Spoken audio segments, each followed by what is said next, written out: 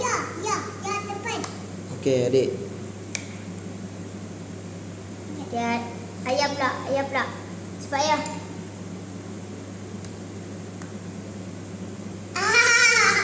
Ayah, adik makan dah ya. Adik. Adik pegang, adik masuk dekat dalam.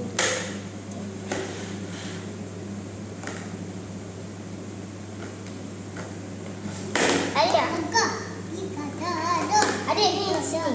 Ni sini. Okey, sudah. Ini dah letak. Ini letak. Ini letak. Okey. Letak. Kemas. Kemas pula. Okey, kemas. Atau dia ada nak pergi sekolah tak? Tak nak sakit. Kenapa sakit? Cici marah. Tak marah?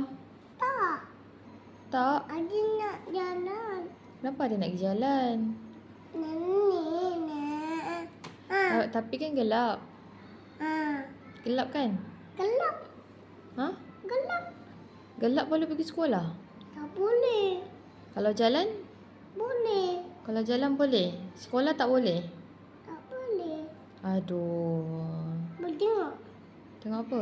Ni kaki nangkang. Adik tak nak tidur ke? Tak nak. Nanti ngantuk. Ngantuk. Hari ni ayah jaga adik tau. Ibu pergi kerja, abang pergi sekolah. Ayah tu nak tidur ayah. Adik tidur dengan ayah. Ayah tu nak tengok Tengok apa? yang mayu. Dah, adik duduk diam. Tahu.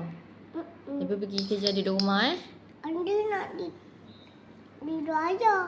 Oh, ayah kerja. Tak. Tak. Ibu kerja. Ada nak naik Nak naik apa? jalan. Nak jalan pergi mana? Ni Ha? jalan. Pergi sekolah, okey? Tak nak takut. Cici marah.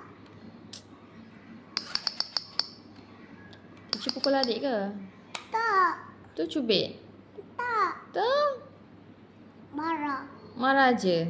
Ha. Yelah, adik nakal. Memanglah cici marah. Kalau adik baik, duduk diam-diam, tak marah. Tak marah. Dah jom pergi sekolah. Tak nak takut. Tak nak.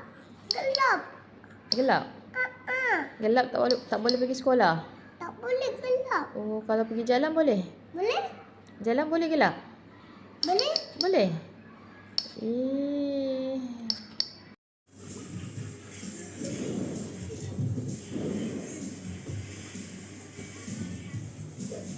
Aku nak ulti dekat Angela.